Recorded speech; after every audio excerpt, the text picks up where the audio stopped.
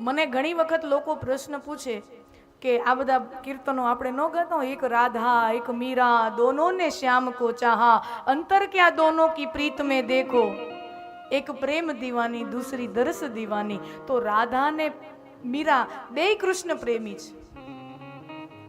બંને સ્ત્રીઓએ કૃષ્ણને અનહદ ચાહ્યા છે, સઘળી દુનિયા ભૂલીને ચાહ્યા છે. પણ બેયના પ્રેમમાં મહાન પ્રેમ કોનો? રાધા અને મીરા આ બંને સ્ત્રીઓએ કૃષ્ણને અનહદ ચાહ્યા છે, અનહદ પ્રેમ કર્યો છે. પણ આ બંનેના પ્રેમમાં કઈ સ્ત્રીનો પ્રેમ મોટો? આમ તો જો કે પ્રેમમાં કોઈ દી સરખામણી હોય જ નહીં. પ્રેમ પ્રેમ હોતા है, प्रेम में कोई क्या क्या बड़ा क्या छोटा, प्रेम प्रेम होता है. પણ છતાંય આપણી નજર ને આપણી બુદ્ધિ બહુ ટૂંકી હોય તો આપણે ટૂંકી બુદ્ધિએ અને ટૂંકી નજર વાળા થઈને આપણે જો પ્રેમને ત્રાજવામાં તોલવો જ હોય, આપણી તો એવી કોઈ ભૂમિકાય નથી ને આપણી કોઈ એવી કક્ષાય નથી કે આપણે શું કોઈના પ્રેમ તોલશું. અને એ રાધા ને મીરા ન. પણ છતાંય વારંવાર એવા પ્રશ્નો મને આવતા હોય કે બેયમાંથી મહાન પ્રેમ કોનો? અને મારા હૃદયને જે સૂજે છે, ભલે રાધા કા શ્યામ કહેવાતો રાધે શ્યામ, રાધા સાથે ભગવાનના મંદિરો હોય, પણ રાધા ને મીરામાં જો કોઈ પ્રેમ ઊંચો હોય, કોઈ પ્રેમ મોટો હોય તો એ મીરાનો છે. એ મીરાનો પ્રેમ છે. રાધાજી કરતા એ મીરા. શું કામ? જુઓ, રાધાજી તો શ્રી કૃષ્ણનો સ્પર્શ પામ્યા છે, શ્રી કૃષ્ણ સાથે રાસ રમ્યા છે, અનેકો લીલાઓ કરી છે. તમે વિચાર કરો, અહીંયા ખાલી છબીમાં ભગવાન બિરાજમાન હોય ને એને દર્શન કરીને આપણું એવો રાજી સરસ મજાના થતા હોય. ઘરે આપણા મંદિર હોય અને એને ઝૂલામાં બાલગોપાલ લડ્ડુ ગોપાલ આપણા ઘરમાં હોય ને એને આપણે સરસ મજાના વાઘા ધારણ કરાવીએ, એને ચંદન તિલક ઘરેણાઓ અલંકારો આપણે સુશોભિત કરી, એમાં કેટલું પછી ભગવાન સરસ મજાના તૈયાર થઈ જાય પછી કેટલા મનોહર લાગે, એમ મન હરી લે. તો ભગવાનની છબી ખાલી જો મારું ને તમારું હૃદય એને ચિત્ત હરી લેતી હોય તો જે સ્ત્રી પરમાત્માનો સ્પર્શ પામી છે, રાધા, કે જેણે ભગવાનની સાથે રાસ રમવાનો લાવો મળ્યો છે, એનો પ્રેમ શ્રી કૃષ્ણ સાથે બંધાય તો બહુ સ્વાભાવિક છે. એને કૃષ્ણ માટે પ્રેમ થાય એ બહુ સ્વાભાવિક છે. નંદ બાબા ને યશોદા માને કૃષ્ણ માટે પ્રેમ થાય બહુ સ્વાભાવિક છે, અત્યંત સ્વાભાવિક છે. પણ મીરા તમે જુઓ, નથી કોઈ દિવસ રૂબરૂ જોયા, નથી કોઈ દિવસ મળ્યા. ઓલા તો હારે રમ્યા, સાથે ખેલ્યા, સાથે ઝૂમ્યા, સાથે હોળી રમ્યા. પણ 5000 વર્ષ પછી મીરા ખાલી એક નામ ઉપર ભરોસો કે મેરે તો ગિરધર તો ગોપાલ, દૂસરો ના કોઈ રૂબરૂ મળ્યા નથી, રૂબરૂ જોયા નથી, નથી કોઈ સ્પર્શ પામ્યો, અને ભવિષ્યમાં મળવાની કોઈ દૂર દૂર સુધી સંભાવના હોય નથી. ભવિષ્યમાં મળવાની કોઈ સંભાવના નથી, મળવાની હૈયા ધારણા નથી. પણ છતાંય પોતાનો શ્રદ્ધા, પોતાની આસ્થા, પોતાનો પ્રેમ અડગ રહે, ડગે નહીં. મીરાબાઈના મનમાં ક્યારેય શંકા નથી થઈ ભગવાન હશે કે નહીં. આપણે આ રાત અને કોઈ સાધારણ સ્ત્રી છે, ચાલો આપણે બે ઘડી માટે એવું કોઈ માની લે કે ઘણા ઓલું ના હોય કે ભાઈ નારી મુઈ સબ સંપત્તિ નાસી, મુંડ મુંડાએ ભય સન્યાસી. એવું તો મીરાબાઈ નું હતું નહીં.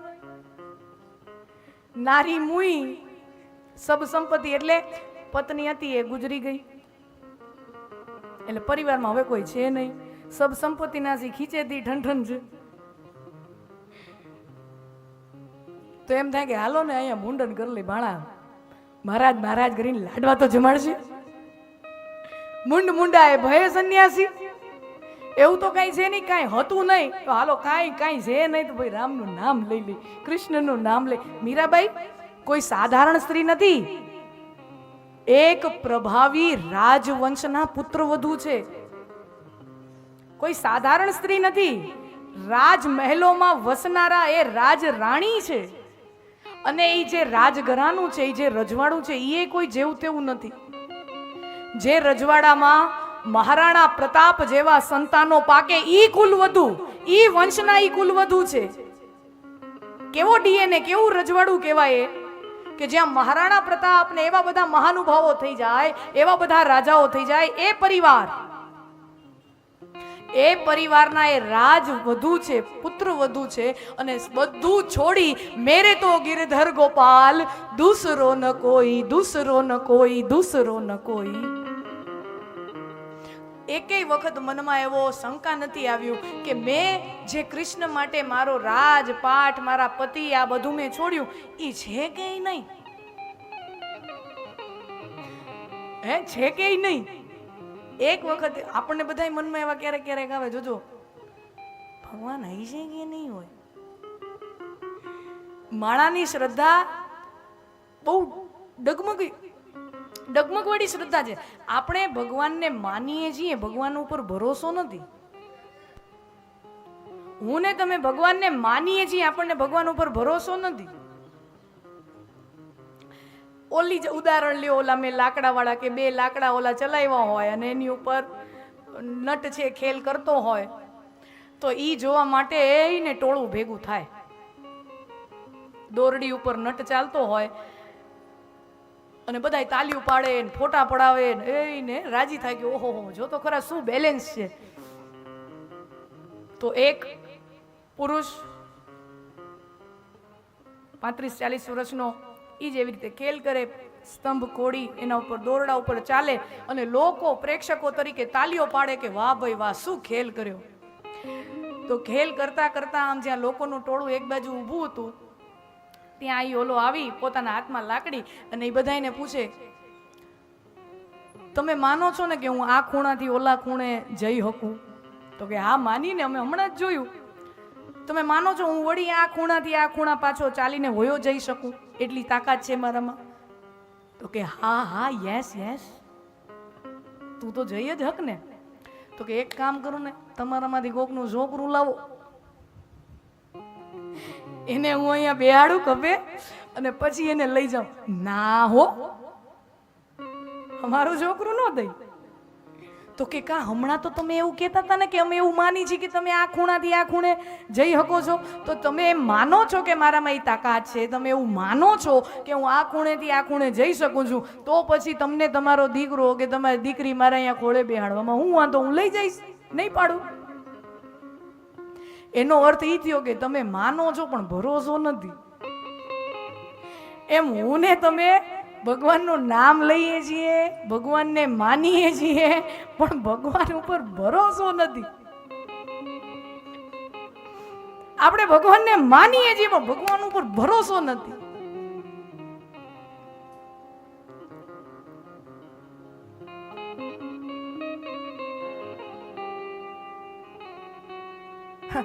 અને આપણે જે માનીએ છીએ ને એ હચું મચું વાળું માનીએ છીએ, ડગું મગું વાળું. હમણાં ગયા વર્ષનો જ બનેલો વાત છે. શ્રાવણ મહિનામાં અમારી શેરીમાં સિદ્ધનાથ મહાદેવનું મંદિર છે. તો શ્રાવણ મહિનામાં આપણે કેમ મહાદેવ શિવાલયે જઈએ અને જળાભિષેક કરીએ, રુદ્રાભિષેક ને બધું કરીએ, તો આપણો નિત્યક્રમ હોય કે મંદિરે જઈ અને ભગવાનને જલ ચડાવીને બધું કરીએ. તો સાંજે 4-5 વાગે મંદિરે ગયા અને ત્યાં મંદિરની બારે 40 વર્ષના ભાઈ હાંફતા હાંફતા નીકળ્યા. હાઈશ, અમે અંદર જતા હતા, હાઈશ. મેં કીધું આ જેલમાંથી જોઈતો એમાં હાઈશ હાઈશ કાંક રે, મંદિરમાંથી આવ્યો કે જેલમાંથી આવ્યો? મંદિરમાંથી નીકળો છે કે જેલમાંથી નીકળો? આવો હાંસ કરો મંદિરમાંથી નીકળવામાં. કીધું કેમ આવું શું છે આ બધું? તો કે એમાં એવું છે કે મેં શ્રાવણ મહિનો ચાલુ થયો છે ને, એટલે આ શ્રાવણ મહિનાનો જો પહેલો દિવસ છે, એટલે મારું એક વ્યવસાયમાં એક કામ અટકે છે. ધંધામાં એક જગ્યાએ મારી ક્યાંક એક ફાઇલ, મારું એક વ્યવસાયમાં મારે એક કામ અટકે છે, કેટલાય ટાઈમથી પૂરું થતું જ નથી. એટલે આ વખતે મેં નિયમ લીધો કે શ્રાવણ મહિનો, આખો શ્રાવણ મહિનો આપણે સવારના 4 વાગે બ્રહ્મ મુહૂર્તથી લઈ અને સાંજના 4 વાગ્યા સુધી આપણે મહાદેવનો અભિષેક કરવાનો, ત્યાં જપ તપ નામ ધ્યાન આ બધું કરવાનું, બ્રહ્મ મુહૂર્તથી લઈને સાંજ સુધી આ બધું કરવાનું. આ નિત્ય અનુષ્ઠાન આખો શ્રાવણ મહિનો કરવાનો આ નિયમ છે. મેં કીધું તો સારું કહેવાય, પણ હજી પહેલા જ દિવસે તમે હાઈસ કરો, પણ થાકી જવાય. સવારના 4 વાગ્યાના થાકી જવાય. ઈ નહીં ભાઈ, શ્રાવણ મહિનો પૂરો થયો, છેલ્લા દિવસે વળી ભેટો થયો. મેં કીધું હવે તો જો મહિનો પૂરો થવા આવ્યો, આ છેલ્લો દી એટલે મહિનો પૂરો જ સમજો. તમારું આમ કામ થઈ ગયું, જે તમે અનુષ્ઠાન જેના માટે કરતા હતા એ કામ પૂરું થઈ ગયું? મેળ નથી પડ્યો, હજી સુધી મેળ નથી પડ્યો. તો મેં કીધું હવે તો કે એક સરસ એક વિદ્વાનને મેં બતાવ્યું કે આમાં શું ઘટે છે, શું ખૂટે છે, શું હજી કરવું જોઈએ. શ્રાવણના અનુષ્ઠાન કર્યા તોય ફળ મળ્યું નહીં, તો શું કરવું જોઈએ? તો મને એક વિદ્વાન પાસેથી સરસ મને એક સમજ મળી છે. એને મને એમ કીધું છે કે તમારા જીવનમાં જે આ વિઘ્ન આવે છે એને વિઘ્ન હરતા ગણેશ સિવાય બીજું કોઈ પૂરું કરી શકે એમ નથી. તમે ગણપતિની આરાધના કરો, ગણેશ ભગવાનની પૂજા કરો, અને શ્રાવણ પૂરો થાય એવો જ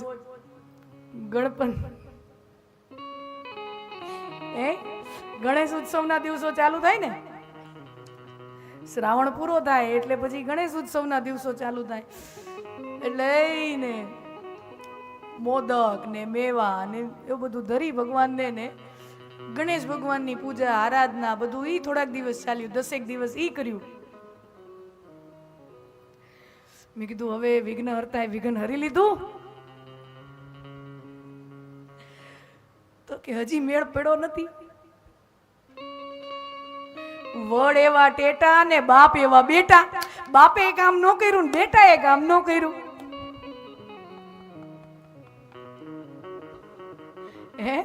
બાપ એવા બેટા, બાપાએ કામ ન કર્યું ને બેટાએ કામ ન કર્યું, મહાદેવે ન કર્યું ને એના દીકરા ગણેશે ન કર્યું.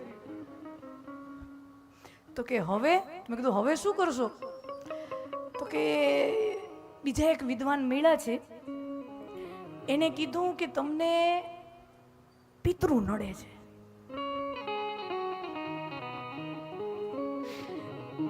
તમને પિતૃ નડે છે તો કંઈક પિતૃ રાજી થાય એવું કંઈક કરો, પિતૃને પ્રસન્ન કરો. અને હવે પિતૃપક્ષ, ગણપતિ ઉત્સવ પછી પિતૃપક્ષ શરૂ થાય, એટલે હવે પિતૃપક્ષ આવે છે ને, તો હવે પિતૃઓ પ્રસન્ન થાય એવું કરીએ. પિતૃઓ કોઈ દી નડે? પિતૃઓ નડે? આપણે જીવતા હોય, જીવતા જીવતા આપણા આંખમાં જે એક આહુડું સહન ન કરી શકે એ ગયા પછી આપણને નડે? આપણને આપણા કર્મ નડે, બાકી પિતૃ ન નડે. આપણને આપણા કર્મો નડે, આપણા પિતૃ ન નડે. એના તો આશીર્વાદ જ હોય, એના આશીર્વાદ જ હોય, નડે બડે કાંઈ નહીં. અમુક ડર છે ને, અમુક ભય જીવનમાંથી એને જાકારો આપો. પિતૃ નડે નહીં, પિતૃઓ ફળે, નડે નહીં. તો પિતૃપક્ષ આવ્યો તો પિતૃને પ્રસન્ન કરવાના અમુક શ્રાદ્ધ કર્મો કર્યા અને બધું કર્યું. પિતૃપક્ષે પૂરો થઈ ગયો, શ્રાદ્ધનો મહિનો પૂરો થઈ ગયો. પછી મેં કીધું હવે કામ થયું કે હજી કામ નથી થયું?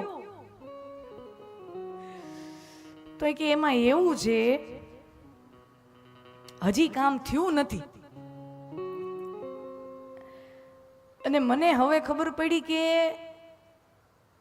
ભૂલ ક્યાં થાય છે. મને હવે ખબર પડી કે ભૂલ ક્યાં થાય છે. મેં કીધું ક્યાં? તો કે અત્યાર સુધી આપણે જેની આરાધના કરીને, જેની પૂજા કરી, અનુષ્ઠાન કર્યા, બધા પુરુષો હતા. મહાદેવ, ગણપતિ ભગવાન, પિતૃ, બધા પુરુષો. પુરુષોમાં કરુણા. માતા જલ્દી પ્રસન્ન થાય, માં જલ્દી પ્રસન્ન થાય. એટલે પિતૃપક્ષ પછી આવે નવરાત્રી. માણા આમ ને આમ, આમ ને આમ, આમ ને આમ પોતાની શ્રદ્ધા બદલતું રહે, બદલતું રહે, બદલતું રહે. ક્યાંય એકય ઠેકાણે એનો મેળ પડે નહીં. એક મંદિરે અહીંયા શ્રીફળ વધેરી આવે, નો મેળ પડે તો એ મંદિરે જવાનું બંધ કરી દે, બીજું મંદિર ગોતે. આપણને તો મેળ ન પડે તો આપણે ભગવાન બદલી દઈએ એમ છીએ. હા, આપણને જો મેળ ન આવે તો આપણે ભગવાન બદલી નાખીએ એમ છીએ. એવા આપણે છીએ. આપણી શ્રદ્ધાનો કોઈ નેઠો જ નથી. આપણે ભગવાનને માનીએ છીએ, ભગવાન ઉપર ભરોસો નથી. અને આ મીરા, મેરે તો ગિરધર ગોપાલ દૂસરો ન કોઈ. 5000 વર્ષ પછી જોયા નથી, અનુભવ કર્યો નથી, પણ માત્ર ને માત્ર ભરોસો છે. અને એ ભરોસાને લઈને, એ પ્રેમને લઈને મીરાબાઈ સાક્ષાત શ્રી કૃષ્ણ પરમાત્માની છબીમાં વિલીન થઈ જાય છે, એમાં સમાઈ જાય છે. આ ભરોસો છે.